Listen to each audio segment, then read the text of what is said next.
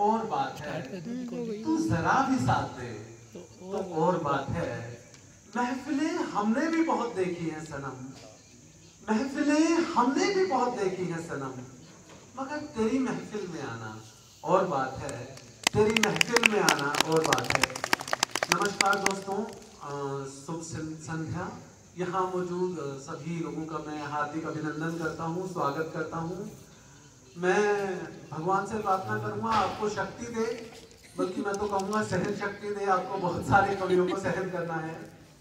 भगवान ने कभी एक ऐसा प्राणी बनाया है जिसमें से प्ले का बटन बनाया, स्टोव का बटन बनाना भूल गए भगवान। हमारे वहाँ मेडिकल कॉलेज में कवि सम्मेलन हो रहा था, बहुत सारे कवि आए हुए थे। एक कवि साहब चढ़े स्टेज पे तो बहुत देर तक उतरे नहीं, बहुत देर के बाद स्टेज से उतरे तो किसी ने पूछा, भाई तुम इतनी देर के बाद आए, तुम्हें पता नहीं चल रहा था क्या समय कितना लग रहा है? तो उन्होंने कहा सामने घड़ी नहीं लगी थी। तो किसी ने कहा घड़ी तो नहीं थी पर सामने कैलेंडर तो लगा था। कवियों का ऐसा हाल होता है।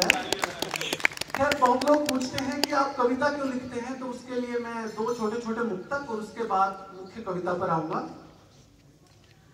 कि कुछ ने गीत लिखे हैं कि बस मशहूर होने को, कि कुछ ने गीत लिखे हैं कि बस मशहूर होने को, और कुछ ने यूं ही लिखा है कि बस मशगूल होने को। मेरा हर लफ्ज कहता है मेरे दिल की कहानी को, मेरा हर लफ्ज कहता है मेरे दिल की कहानी को। मैं लिखता हूँ हर एक उस अश्क को मोती बनाने को, मैं लिखता हूँ हर एक उस अश्क को मोती बनाने को। अच्छा, भारत एक बड़ा कॉन्ट्राडिक्टरी देश है। यहाँ पे 90% जो फिल्में बनती हैं वो लव स्टोरीज पे बेस होती हैं, और वास्तव में लव स्टोरी यहाँ पे सक्सेसफुल नहीं होती है। तो मैंने एक मुक्तक लिखा है कि ऐसा आखिर क्यों है, तो उस पे है 4 लाइनें।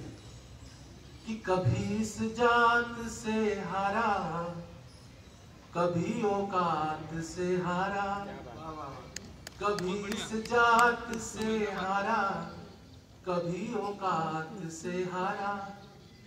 जहां सब कुछ हुआ हासिल वहां हालात से हारा।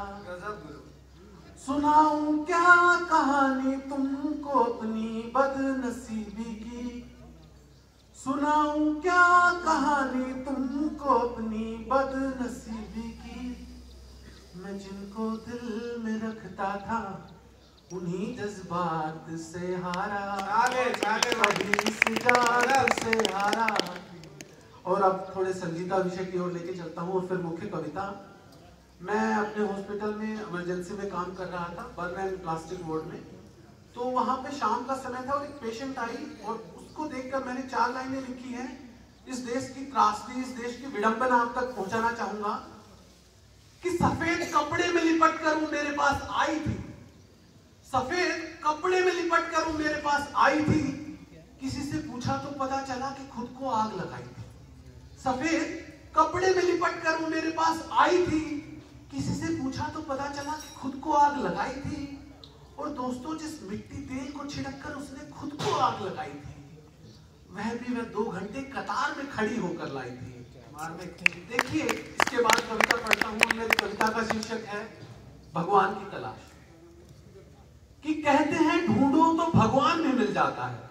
अक्सर आपने लोगों को कहते सुना होगा कि कहते हैं ढूंढो तो भगवान भी मिल जाता है। एक इंसान की तलाश में मैं भटक रहा हूं कब से। कहते हैं ढूंढो तो भगवान भी मिल जाता है। एक इंसान की तलाश में मैं भटक रहा हूं कब से। कोई हिंदू था तो कोई मुसलमान था, कोई हिंदू था तो कोई मुसलमान था, तो किसी के लिए पैसा ही भगवान था। हर दिन दम घुट घुट के मरती रही इंसानियत, हर दिन दम घुट घुट के मरती रही इंसानियत। मैंने लोगों की आंखों में देखी है रहबानियत। यही सवाल मैं खुदा से कर रहा हूं कब से, यही सवाल मैं खुदा से कर रहा हूं कब से दोस्तों। और एक इंसान की तलाश में भटक रहा हूं कब से, एक इंसान की तलाश में भटक रहा हूं। दूसरा मिसरा है कि कोई तो होता जो किसी का दर्द समझ पाता, कोई तो होता जो किसी का दर्द समझ पाता, भूखे की भूख प्यासे की प्यास समझ पाता। लोगों को सड़क पर दम तोड़ते भी देखा मैंने। पिछले दिनों एक खबर आई थी कि दिल्ली जयपुर हाईवे पर एक मरीज एक्सीडेंट के बाद पड़ा रहा, पर किसी ने गाड़ी नहीं रोकी उसे रोकने के लिए। तो उसी से मेरे दिल में आवाज उठती है कि लोगों को सड़क पर दम तोड़ते भी देखा मैंने, फिर पास से कुछ लंबी कारों को गुजरते भी देखा मैंने। शायद अब सीने में दिल की जगह पत्थर होने लगे, शायद अब सीने में दिल की जगह पत्थर होने लगे हैं। किसी पत्थर के पिघलने का इंतजार कर रहा हूं कब से, एक इंसान की तलाश में भटक रहा हूं कब से, एक इंसान की तलाश में भटक रहा हूं कब से। और मैं अपने खुद के राज्य हरियाणा की तरफ ले जाना चाहूंगा आपको कि कोई मार रहा है बेटियां झूठे मान के लिए, ऑनर के लिए, कोई मार रहा है बेटियां झूठे मान के लिए, तो कहीं जल रही है बहुएं कुछ सामान के लिए। कोई मार रहा है बेटियां झूठे मान के लिए, तो कहीं जल रही है बहुएं कुछ सामान के लिए। कमाल है आपका समाज भी साहब, कमाल है आपका समाज भी साहब, या तो बेटी को पैदा होने नहीं देता, कोई गलती से पैदा हो गई तो उसे चैन से जीने नहीं देता। यही सवाल मैं समाज से कर रहा हूं कब से, और एक इंसान की तलाश में मैं भटक रहा हूं कब से, इंसान की तलाश में भटक रहा हूं कब से। तो इस कविता की आखिरी लाइनें जिसके लिए मैंने पूरी कविता रची, एक सीन, एक दृश्य दिखाना चाहूंगा आपको। आशा करता हूं आप भी वहीं पहुंचेंगे जहां मैं पहुंच रहा हूं। कि फिर एक दिन एक अजब सा मंजर देखा, फिर एक दिन एक अजब सा मंजर देखा। कूड़े के ढेर में मैले से कपड़े में कुछ लिपटा पड़ा था, कूड़े के ढेर में मैले से कपड़े में कुछ लिपटा पड़ा था। उसके पास में एक कुत्ता भी खड़ा था। पास जाकर देखा तो एक बच्चा पड़ा था। वो कुत्ता बड़े प्यार से उसे चाट रहा था, वो कुत्ता बड़े प्यार से उसे चाट रहा था। वो मासूम भी उसमें अपनी माँ को तलाश रहा था। कुत्ता बड़े प्यार से उसे चाट रहा था, वो मासूम भी उसमें अपनी माँ को तलाश रहा था।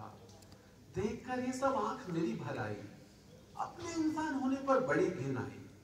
आंखों में नमी, सीने में दर्द और लाखों सवाल लिए मैं फिर रहा हूं तब से, और एक इंसान की तलाश में मैं भटक रहा हूं कब से दोस्तों। बहुत जोरदार तालियां।